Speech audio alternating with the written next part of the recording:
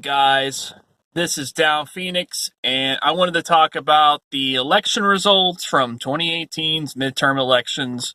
I don't want to touch a whole lot on the national stuff, of course, but I kind of want to introduce with that. When it comes to the whole Senate, I wasn't expecting any miracles. As a matter of fact, I kind of expected that we were going to lose more seats for the Democrats than we did. They really only lost one seat overall, which is not bad considering a lot of the Democrats were running in very contentious states or states that leaned Republican. And, some heads were going to roll. So the fact that they kind of stemmed their losses was a pretty good sign.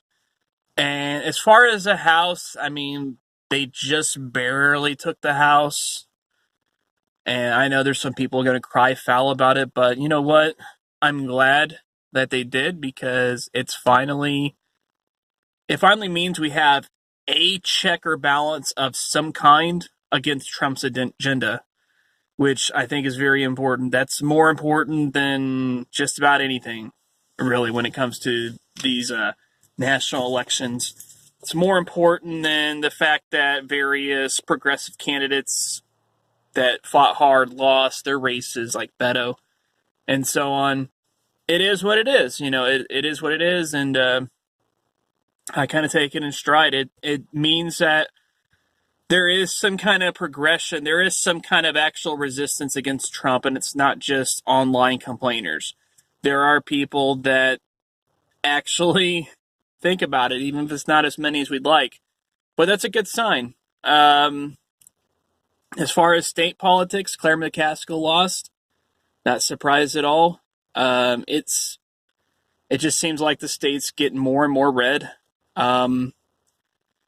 As far as I know, yeah, we have no senators, and I think we have 2 Democrat representatives for the state, for over the nation, and that's it. Everybody else is Republican. So, like I said, it's just more red than it used to be. Missouri used to be somewhat split, maybe favoring Republicans a bit, but I'd say Democrats usually have about 40% representation. Now it's down to about 15% or less. I guess we'll just see how it goes in 2020, as far as like if Missourians are okay with it, but they generally are.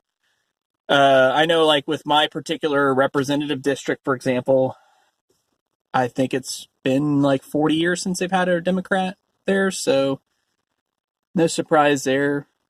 But anyways, that being said, that's not really that relevant because when you think about it, representatives, they don't really affect their day-to-day livelihood and business and things like that. So, it's nice to have certain people, but when you think about it, with all the dead heat and deadlocks in Congress and whatnot, it's really not that relevant.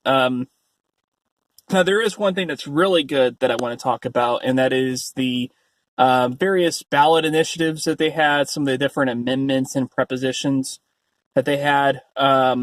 First of all, minimum wage increase. Missouri is going to see an 85-cent per hour increase every year until, I think, 2023, where it'll be at $12 an hour.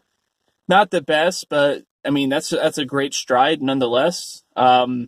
I think Arkansas is seeing a similar increase to $11 an hour. I'm not sure exactly what their program looks like, but these are things that need to happen. I know when you think about minimum wage, yeah, there are going to be some certain price changes and things like that. It will affect that somewhat, but minimum wage is already a lot lower than it should be technically when you look at the rate of production and the GDP growth and things like that today versus how it was in, say, the 60s. And you kind of compare that and measure it with inflation and things like that.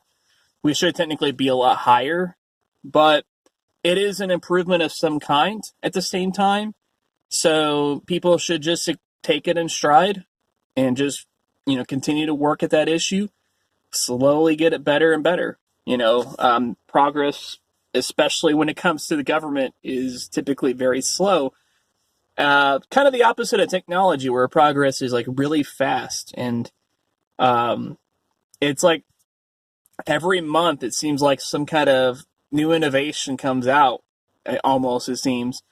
But obviously, when it comes to politics and things like that, it's a lot slower. So it just is what it is. But it's a good change nonetheless. Amendment 1 passed, which is really good.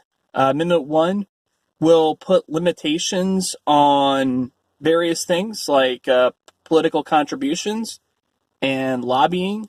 Like, for example, people that serve in the Missouri State or Senate have a restriction on becoming a lobbyist for, I don't know what the specific amount of time is, but they can't just go immediately to lobbying right after serving office. They have to wait.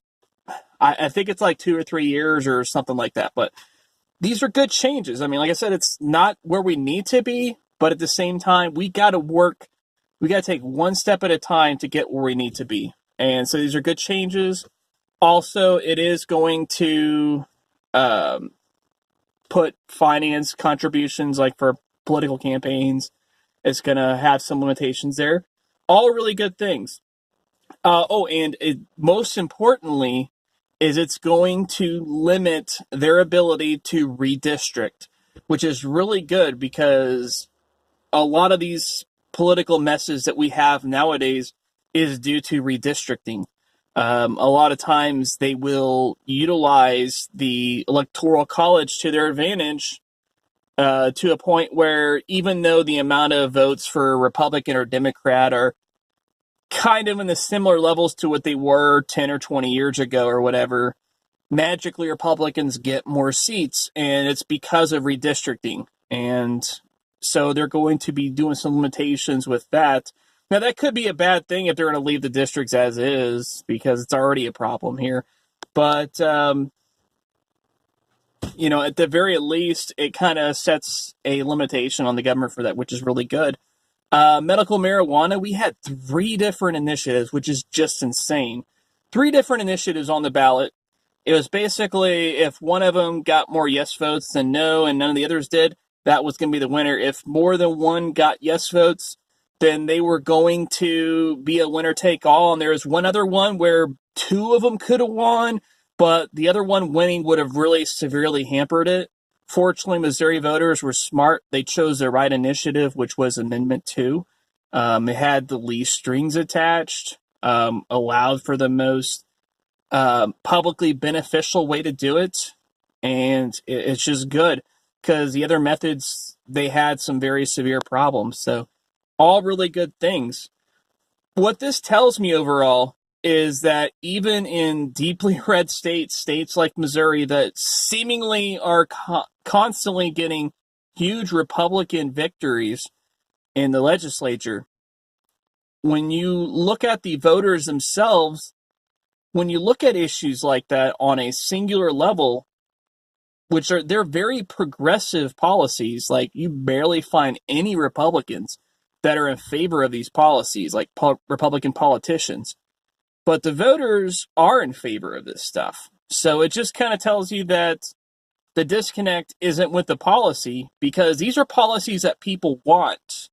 The disconnect is with the motivations of the politicians and various things like that. Some people are just party loyalists, do or die, regardless of how it affects them. So you got that. And then you also have single issue voters, voters that just vote on singular things like abortion or gun control or immigration or things like that. It doesn't matter whatever the other stances are. But if a politician takes a certain thing that they don't like into stride, they just completely nix it. And it's irregardless of if it will hurt them or not. Like, you could have 2 different politicians. You might have one that favors something you like 10 different things you favor, but because they're soft on immigration, even though we're in the middle of the fucking U.S., I mean, let's be real here. How many people are immigrating to Missouri, right? Because of that, they automatically vote for the other guy. But that's how people are, man. Very irrational. But hopefully, with some of these initiatives passing, hopefully we will see some great results, and maybe that'll help change some minds. That's the hope, at least. But that's what I've got. I mean, that's all we've got to go on is hope.